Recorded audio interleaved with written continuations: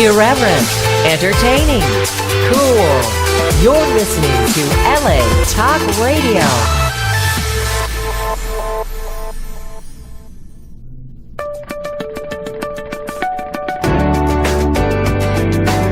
You're listening to The Innervoice with Dr. Foojan Zeine, only on LA Talk Radio. Well, hello, everyone. I'm Dr. Foojan Zeine, and welcome to The Innervoice Show. This show is about making a difference in your life so that you can create a free mind and a heart filled with love toward creating a fulfilling life for yourself and everyone around you. I'll bring you the latest research in the realm of human sciences, and we'll talk to experts in their field to bring you the jewel of their knowledge and wisdom. I'll tell you a little bit about my latest book, Life Reset. It's the awareness integration path to creating a life you want. And in this book, the latest psychological model that I created and originated by the name of awareness integration will be presented in a series of exercises which you can complete on your own time. This model has really helped a lot of people. We've done a lot of different research on it, and one of the researchers has been in Cal State Long Beach with 110 students, and we presented it in Harvard and many of other universities. The results are astonishing. In the psychotherapy world, we were able to bring the depression down to about 75% and anxiety down for 60-30%. And in the only self-help model, we created 68% decrease in depression and 27% decrease in anxiety. So that's great. And I hope that it would really support you. And you might not have necessarily depression or anxiety, but it raises self-esteem. And that's something we're going to talk about, self-esteem and self-love today with Angela Holton.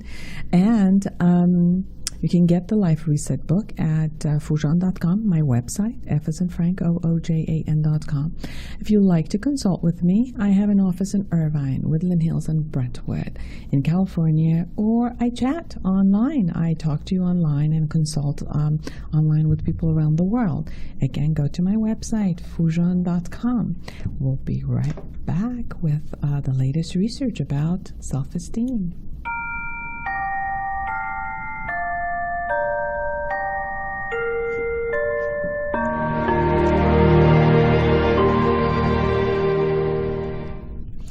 So the latest research is, it was actually done on October 24th, this year, 2017, in University College in London.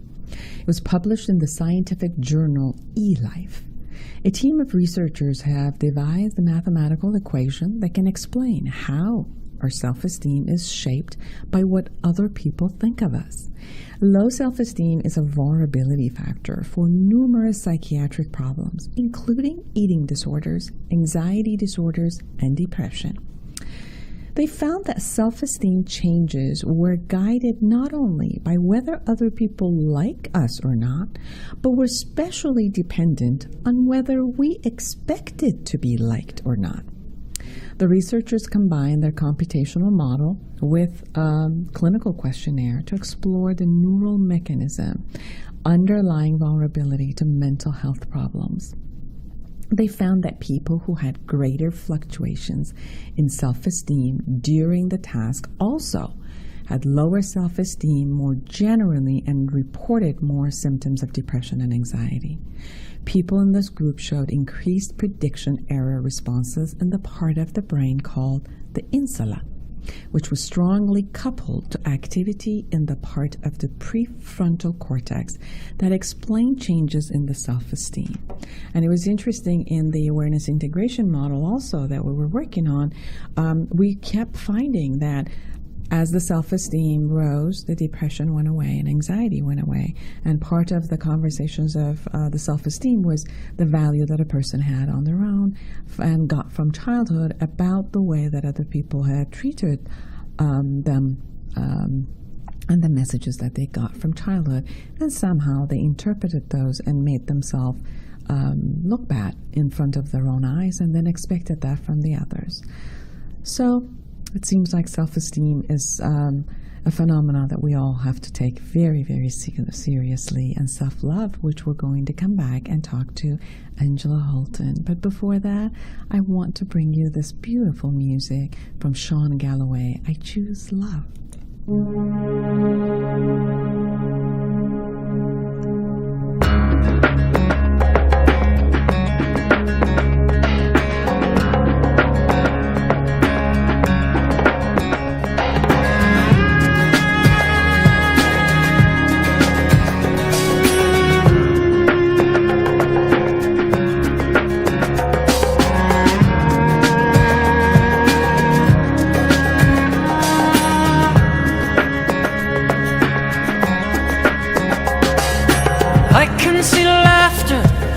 I can see tears. I see a choice, love or fear. What do you choose? I can see peace, or I can see war. I can see sunshine, or I can see a storm. What do you choose? Now I choose to love with freedom flying from my heart where the light keeps shining. And I choose to feel the whole world crying for the strength that we can rise above. I choose love.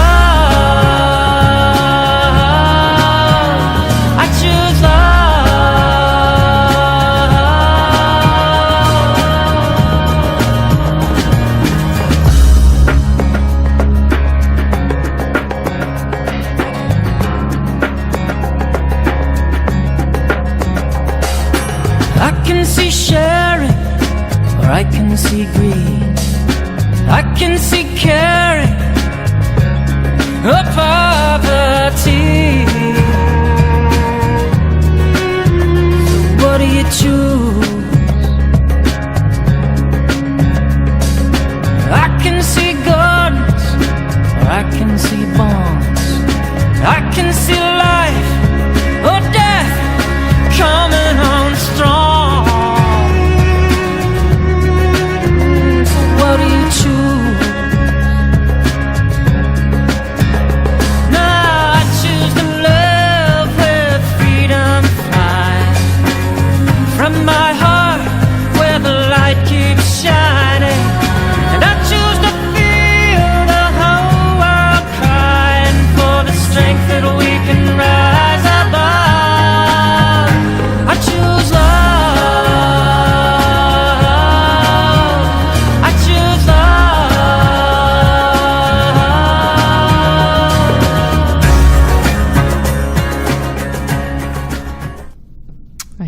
Love by Sean Galloway.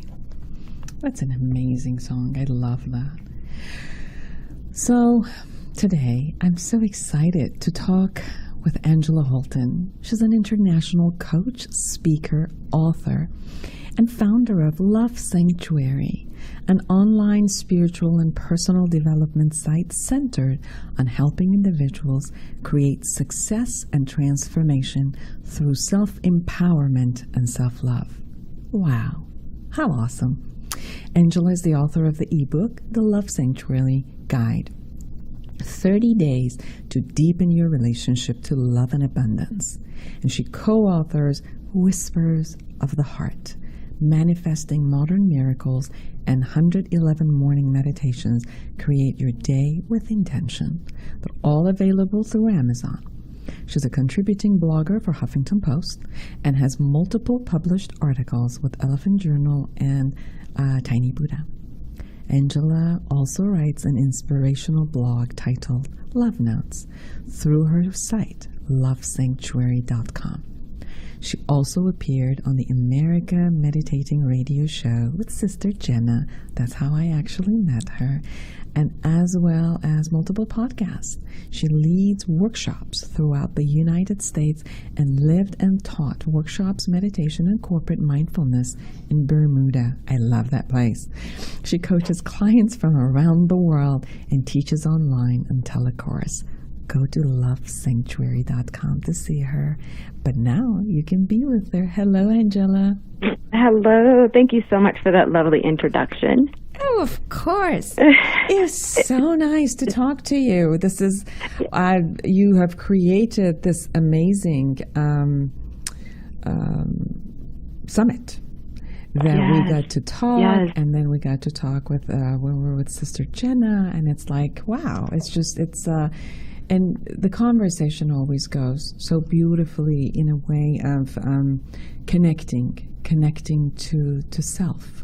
And that's the beauty. Yeah, it is. And how grateful am I that our meeting with Sister Jenna in Washington, D.C. this past summer would birth all of these multiple connections for you and I to work together. Yes. I'm so grateful. Thank you. So tell me, what got you into this self-love business? Oh, wow. So I believe I've been on the journey my entire life. I know that I've been on the journey my entire life, and I believe that I've been in preparation for the role that I've been given and the assignment that I've taken on my entire life.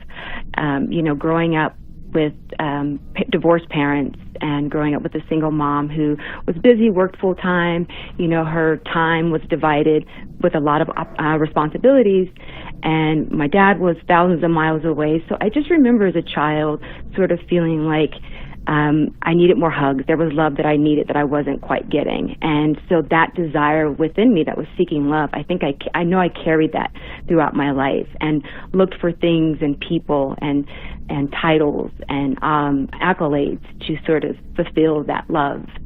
And it wasn't until about 4 years ago when I had a little dog who passed away, and I had given all the love that I was seeking and wanting from someone or something.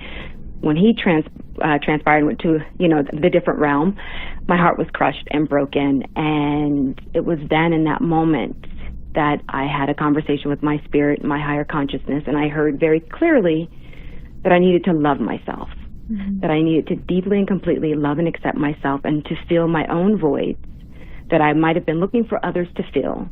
I had to do it myself. And I took that message extremely to heart and went about literally starting my business, living and walking and breathing what I believe self-love is, and teaching my lessons to other people. And that's how Love Sanctuary was born. That's how my workshops were born, the summit, the blog, everything that I've done was born from that pivotal moment in my life and that conversation with my spirit. That's interesting. What I was hearing from you is that there's a part of us as a child, as a human being, that knows innately what love is. It's almost like genetically we know what love is, and we expect it, and we see it maybe through the other spaces, but there's an expectation of the emotion, the experience, and maybe the behaviors that are loving. And when we don't have that, there's a hurt. And then as I heard you, where we learn it, no matter what, through the world, through maybe role modeling from the other people who do carry that and somehow come around us and give us that glimpse of the experience, and then we give it. For example, with the dog, I used to have a little puppy which was with me, and he was a therapy dog with my clients for almost 7 years. And he passed away, and it was one of the purest love I've ever experienced, then was able to give back with no fear at all, of no hold back. And then hearing you that with all of that, it was still somewhere that this wasn't going to you. And the realization that you knew what to do, you knew how to feel, and it just wasn't geared towards you. And at a point, you started gearing it towards yourself. And you called it as the self-love as I know it. Can you explain what that is? Yeah, I think people, may define what self-love or what love means to them differently. And for me, it really was this little 6-pound canine that mirrored back to me what love is, what unconditional love is. So as I sat and I reflected on all the amazing, beautiful gifts he shared with me, I thought to myself, how do I embody that? How do I become that? You know, animals are so unconditionally loving. They forgive you quickly, right? So self-love is a large part of it is forgiveness. They accept you as you are. Can I accept myself the way that I am? You know, self-love is kind and compassionate. Animals are kind and compassionate all the time. Even when we leave them at home for hours, they're just kind and loving. Can I be that way toward myself, even if I've faltered or I consider myself have made a mistake, making a mistake or anything? Can I be gentle with myself? Can I be kind? When I'm not feeling my best, can I sit in that and own that? And my grief was my greatest teacher, because I allowed myself to be with my grief, to learn from my grief, to comfort my grief, to be one with my grief, and not allow the influences of people to impact how I felt. Oh, you need to get another dog. You need to move on. Oh, you're stuck. You know, I had made a decision that I was not going to conform to life or what my life should look like, what I should be doing, how I should be feeling. And that for me was an opportunity to really love myself, to just be present with my feelings, that my feelings are mine, they're important, I own them, I can nurse them, I can move through them, and when I move through them, I allow myself an opportunity to move past them, to heal from them. And that, for me, was one of the greatest gifts of self-love I could give myself. So, and that's what I teach and hopefully encourage in people. There's so many other valuable lessons of self-love, but those are really the big ones, just being kind and compassionate, no matter what. Right. So two things I'm hearing. One is to get off the shouldism concept and accept what shows up, and whatever shows up, to honor it. And because it is a part of us, and if it's showing up within us, then it's a part of us, and we need to have listening for it and honoring it and be with it.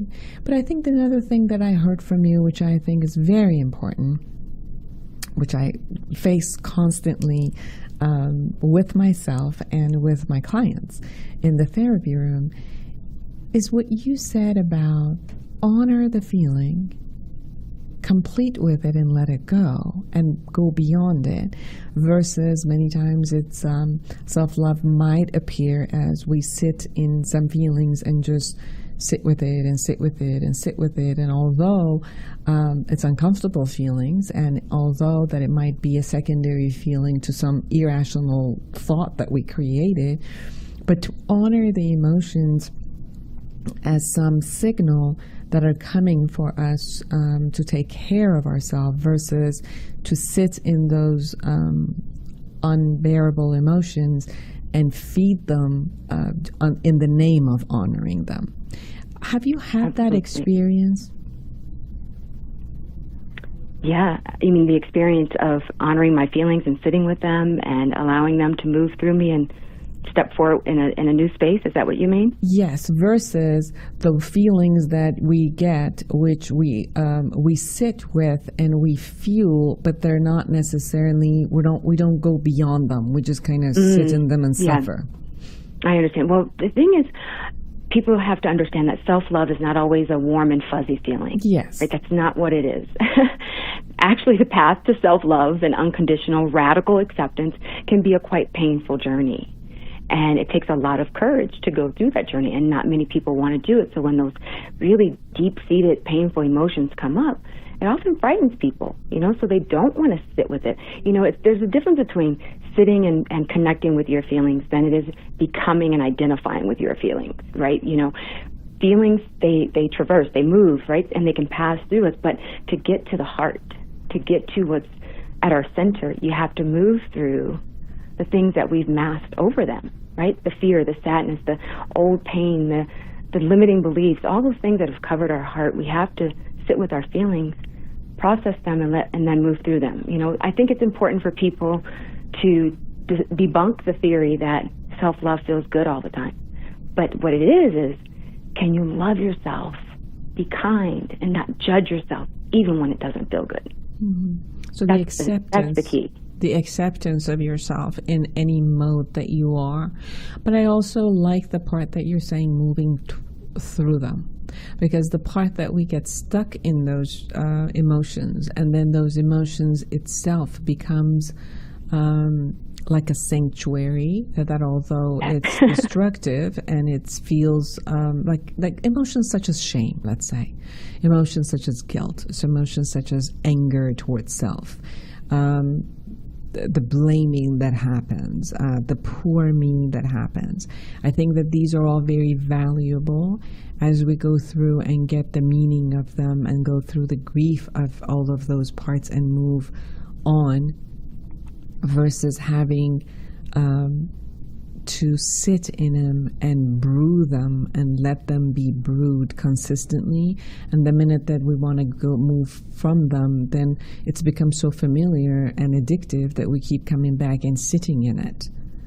Yeah, have you experienced that, or worked with people who go through that? And in the name of honoring, they limit themselves and put themselves in the cage of that emotion versus honoring and moving through. And if you could talk about the experience of how to honor and move through. Yeah, I think it's important when someone becomes an emotion, right? Then people often describe them. Oh, they're such an angry person. Oh, she's Debbie Downer. She's sad all the time, right? That's when we have identified with the feeling, right? We're human. So we're not expected to be up and high all the time. There's going to be lulls and moments of sadness, moments of despair, moments where we may suffer. But to move through them, first, I believe, whether it's shame, whether it's guilt, any emotion that you're experiencing, first identify it, right? Identify what you're feeling, because if you don't identify it, you're going to project whatever that is onto someone else. You're going to carry it around, and, people that are going to come into your life are going to mirror what you're feeling that you're not processing and owning for yourself. So it's going to come to you, or you're going to displace it someplace else. You're going to displace your anger toward other people and other experiences. But when we look in the mirror and we first can identify what I feel, what is it that I'm feeling, right? And then get to the source of where that feeling, that pain, that shame, that guilt is coming from, right? And I do believe a lot in talking to myself, right? And I talk to myself through prayer, through meditation, through journaling. I write down what it is that I'm feeling. I cry when I need to cry. I experience the feelings that I have completely. Cry if you need to cry. Scream if you need to scream. Like, let the emotion out of the cells of your body, let it out. Find someone to talk to, whether that's a professional psychotherapist or a coach or a psychiatrist. Talk about your feelings, right? Because a lot of shame and guilt is created by secrecy, right? By not speaking about our experiences. But the minute we give life to it, it disempowers the secret. So we could start there. And then it's the journaling, it's the breathing, it's moving through it. And when the feeling comes up, it's, okay, you're back. I see you. I feel you. What are we going to do now with this? And I think eventually when you do that and you sit with it and you journal through it, and then you seek reasons and experiences to feel good, right? When you look for things and activities and people, because a support system is extremely important. Having a community of people that love you, nurture you, and uplift you can make a huge impact on how we feel. So to move through that, I would surround myself with people who uplift me, spend time with my feelings, talk to a professional if I need to, and do things that make me feel good, right? Try to raise my endorphins and my dopamine and do activities that make me feel good. Those are just some of the things I would do to move through my feelings. Based on the conversation that I had at the beginning about the research also, I was thinking that a lot of times we find ourselves in a space that we have a lot of people who love us and give us amazing jolt and boost to our esteem and, who we are, and mirror our best place and best of who we are, let's say. And then there are other people around that they might not like us, or they show us, or that we assume that they don't like us. And somehow those group stay in our mind, and then put a question mark in about how we love ourselves. And at one point, Angela, I had to come to terms with that. It's okay if some people just don't like me. Yeah. And that has nothing to do with who I am. And I honor their taste. The same way that I can't say that I like everybody on the face of the earth, and that's my taste. And I think that also helped a lot more with the concept of self-acceptance, of not having this expectation that if I'm good, that means that the result should be that everybody likes me and that everybody loves me. That if I am good, that means that I'm doing things and thinking of things and feeling in a particular way and behaving in a particular way that I approve of. Right. And that it's not destructive to myself and others. And as long as I do that, then my self-approval of who I am, it helps me to love myself. But also, I think it's fantastic to also look at the reality check with the rest of the world to see if I'm not damaging them either. So it's not like a narcissistic concept of I love myself, but who cares if I damage you? But to have that part of the reality check that I can make a difference in some people's life in a positive way, and I act in a particular way where I agree that's the right thing to do. Yeah, it is. And like you said, the reality is that you could be the kindest, nicest person in the world, and there's still going to be someone out there who doesn't like you. And really, it's not our business; it's their business. And if we constantly seek approval from other people, we'll never be happy. We'll never be happy. And the most important approval that we need is our own. And on the flip side of that, Oprah always talks about that inherent in all of us is the desire to be seen and to be heard. And I think that's very different from approval. We do want to know that we matter. We want to know that we're visible, that we're seen, that our thoughts, our perceptions are visible and they matter. That our purpose and our highest calling is noticed, right? We're here for a reason. We're here to serve. We're here to share our gifts and our talents. So we do want that to be recognized.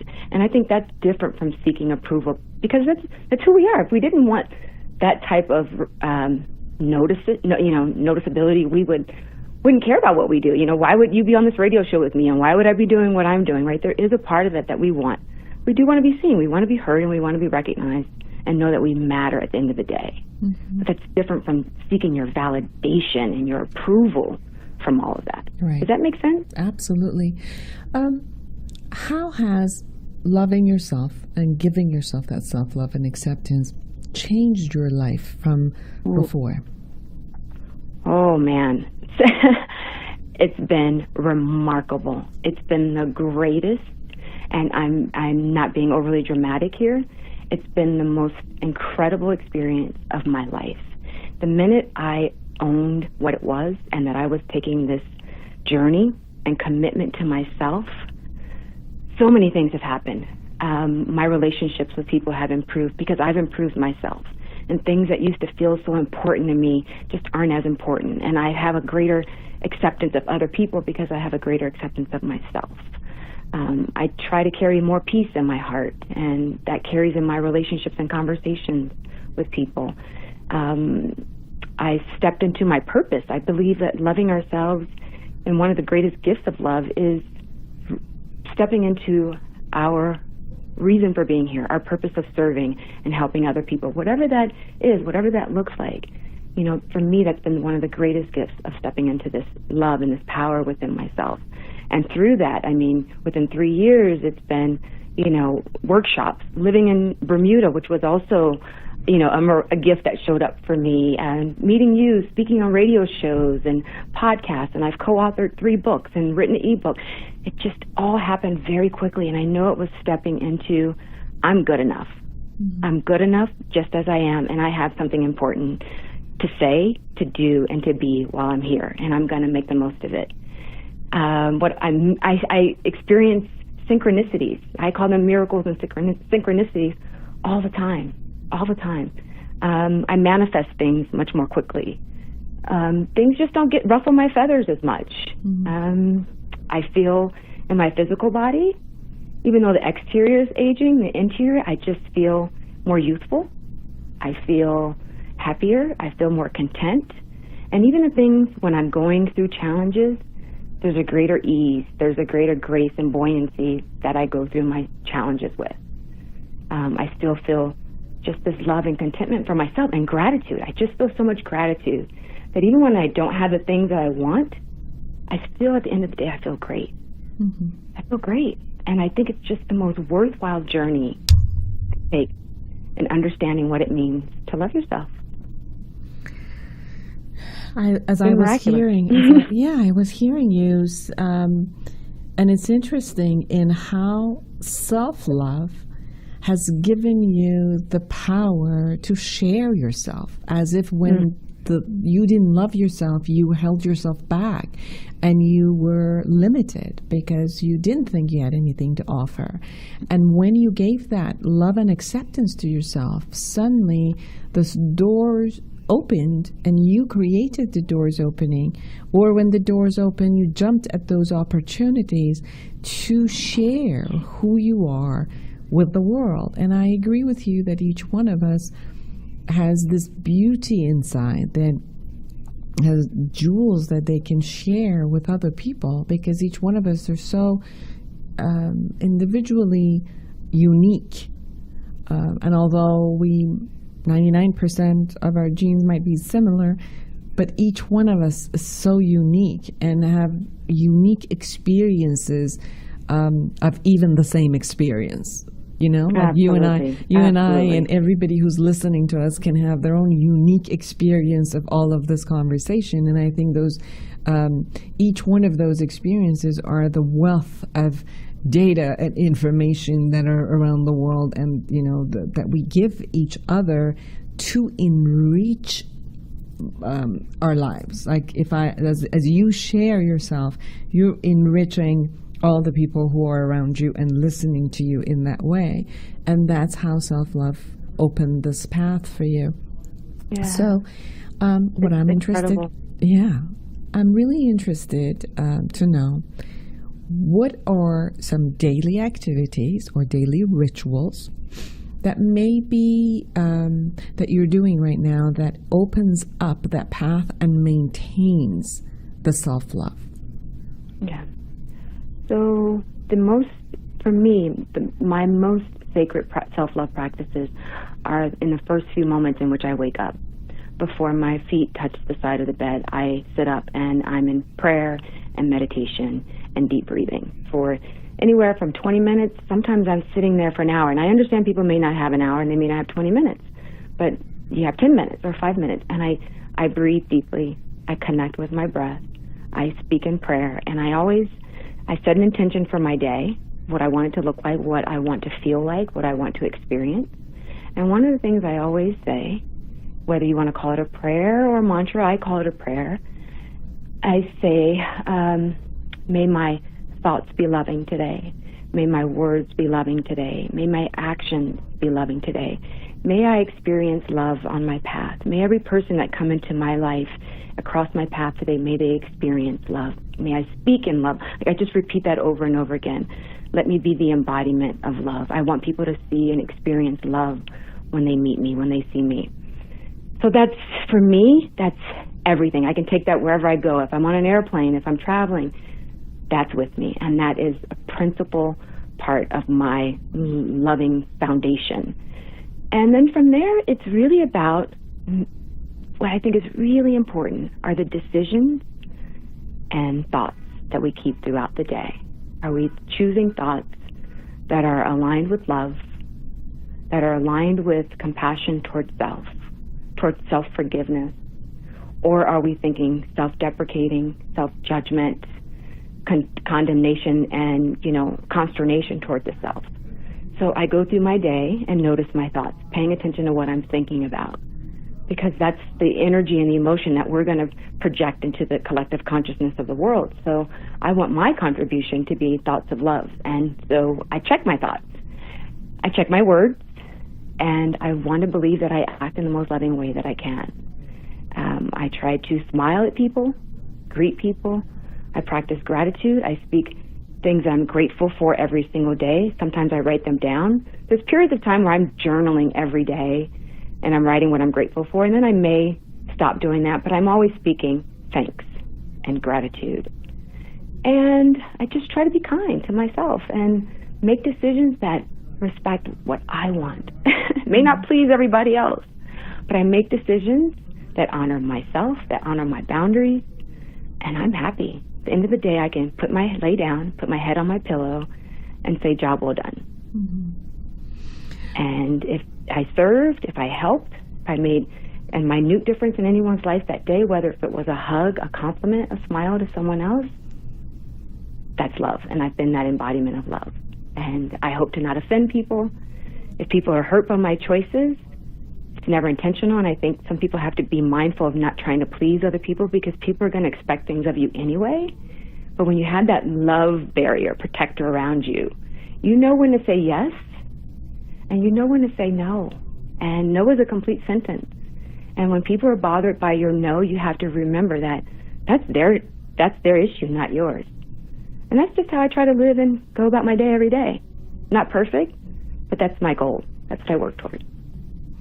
What I hear from you is the awareness, the conscious awareness of your thoughts, your feelings, the way that you speak, the way that you behave, the way that you make decisions, the way that you create intentions, and you set yourself to act on those intentions that you set. Regardless of what the world brings in front of you, you act consciously with the intentionality of love, with whatever shows up during that day. And that I do my best. Yeah, and that awareness is also the key. What I hear, obviously, because I created the awareness integration model. Right, I was going to bring that up. I keep hearing the key phrases that you were saying about how from the morning you are aware of your body, you set the intentions, you clear that. This is what I want. And then throughout the day, it's the awareness of how to do that intention, how to create that between you and whomever comes in front of you. And then it becomes the dance where it could at any point throw you off from your intention, and it may, and you'll keep coming back because you are conscious about yourself and don't allow yourself just to be on automatic too long. You go on automatic, you come back, the consciousness, and as you see the love and the intention being actualized, then there's an appreciation. If you don't see it being actualized, you have the option of shifting and actualizing it again and forgiving yourself and all others and coming back to this space of love. Absolutely. Yeah. And that's what you write about, right? Like awareness is key. Awareness is at the root of shifting or, any transformation, any healing, any letting go of limiting old beliefs and stagnation. We have to step into our own awareness, and to love thyself is to know thyself, right? Yeah. In order to love yourself, you've got to know yourself. You've got to be aware of who you are. You've got to be aware of who is walking into the room. And it just improves your relationships because you know whether this is me, this is my stuff, or this is their stuff, or am I projecting my stuff onto someone else? It's staying in that constant place of awareness. And as you mentioned, when you drift off, it's coming back to that awareness, right? It's a constant going out, pulling yourself back, coming back. And, just that reminder all day of just being aware, that mindfulness, that breathing, that meditation. And when you're in your conscious body, you make more conscious decisions. You make more conscious action. And I think that's the best we all can do, the best we can do. And again, we're not perfect, but it's just coming back to that awareness and knowing yourself, knowing what you need physically, emotionally, spiritually. Know what your needs are and give that to yourself, and surround yourself with people who mirror that back to you. And it's okay to separate yourself from people who don't. Yeah. What do you think about this concept where I know for myself and for many other people who I talk to, sometimes the illusion, and I say illusion, is that when we are in the space of love, we are very vulnerable, and that vulnerability is weakness. And then we go into this space of fear and anger and protection and disconnect ourselves from the world and even our own love toward ourselves or others. I've had people who say, I can't love myself because if I do, then I'm going to be impulsive. Or if I accept myself, the part of me who wants to be an addict will be. So I have to always be on top of myself and discipline myself harshly. Or I can't completely allow myself to be in love and love others because they're going to hurt me. Or in actuality, the vulnerability of love is the most powerful space that you could ever be, and be centered. And the other side, which is the fear, which leads itself then to protection and limiting yourself, is the weakest space that you could ever be. What are your thoughts on that? Well, I hear a couple of things that you're saying. And one, I think it's important to dispel again what self-love is. Self-love is not boastful or arrogant or overindulgent. Someone who is fearful of addiction or overindulgence, again, that's not love, that's fear, right? And fear exists in the absence of love, and transformation happens in the presence of love. We don't change or grow by saying, oh, I'm just too this, I'm too that. And if I don't beat myself, I was that person. If I'm not hard enough on myself, I'm not going to succeed. I'm not going to complete the task that I need to if I don't, stress myself out. It's the opposite. It's the opposite. It's finding room, it's finding space, it's finding patience for yourself. And I can tell you, I'm so much more creative, which I never thought I was before, so much more creative, productive, balanced by just only what I feel. So if you're struggling with your weight, you won't lose weight by judging and beating yourself up.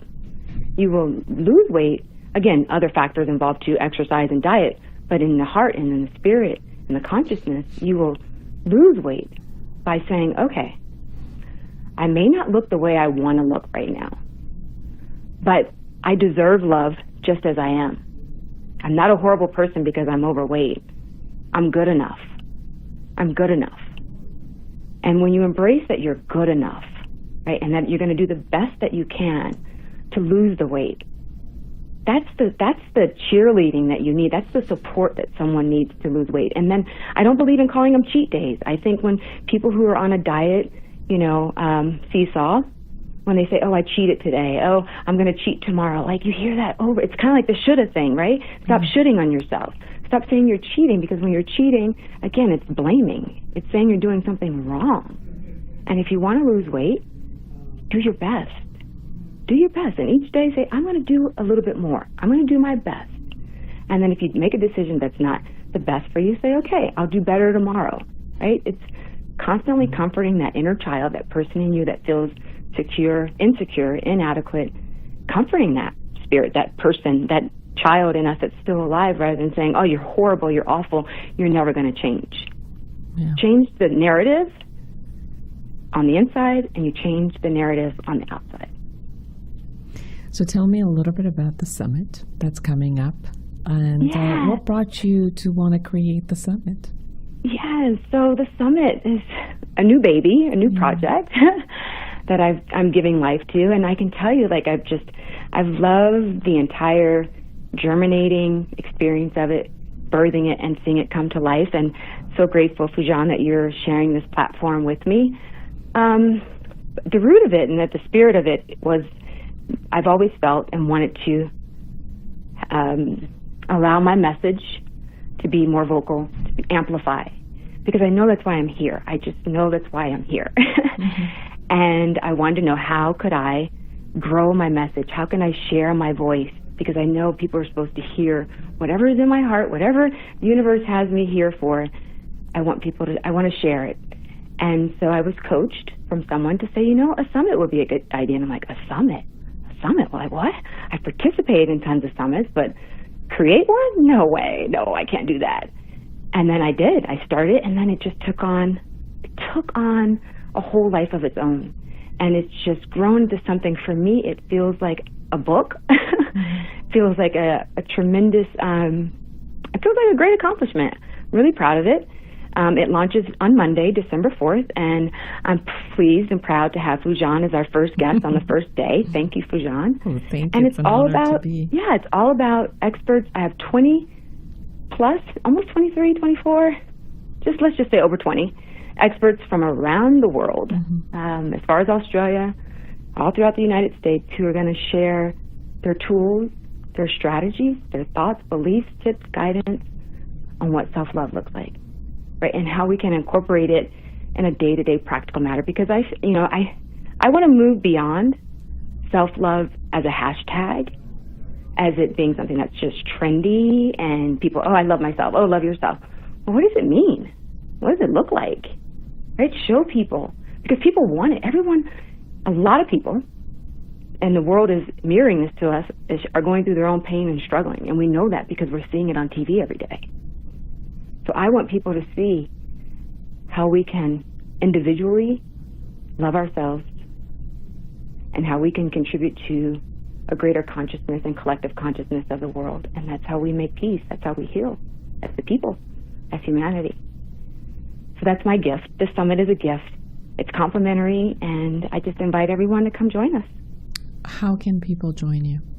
The site to go visit is selflovesummit.com. And you can follow it on Instagram, which I'm Love Sanctuary Coaching. My Facebook is Love Sanctuary for my professional page, but I usually use my personal as my business page, Angela Holton. And yeah, follow along. It's open to everyone. So bring your journals, bring your pens, bring your tissue if you need it, and just enjoy it. It's my gift to you. So, to the audience, one sentence or more, the whole paragraph of something from your heart that you really, really want the audience and the listeners to this show to hear from you.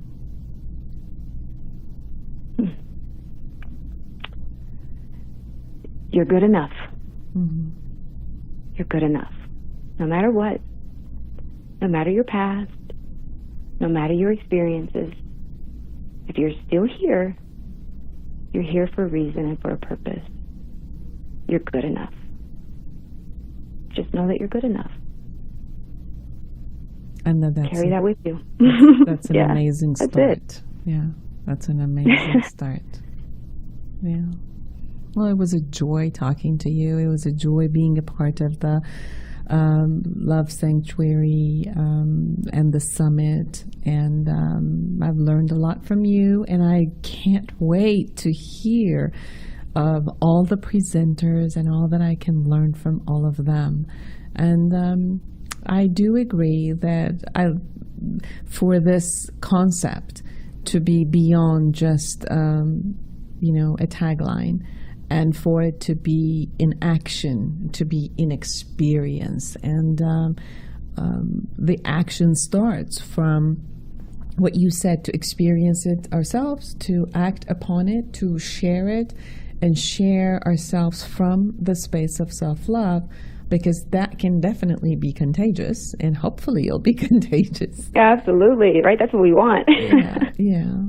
It was a pleasure to have you on the show. Thank you. And it was my pleasure.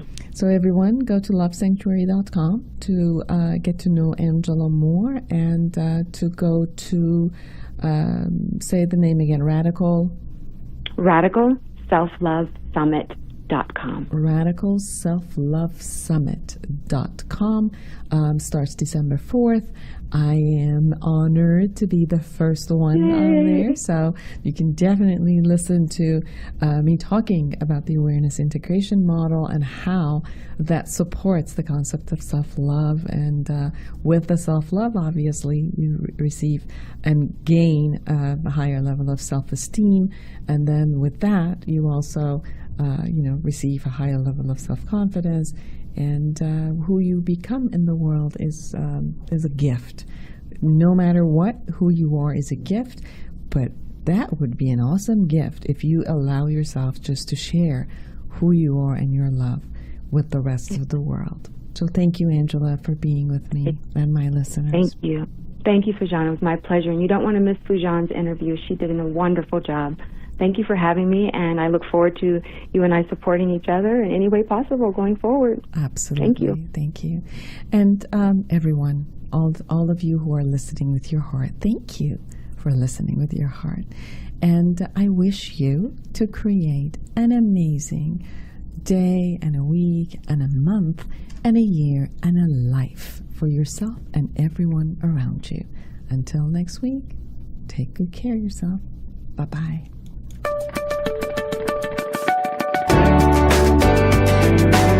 You're listening to The Inner Voice with Dr. Foojan Zeine, only on LA Talk Radio.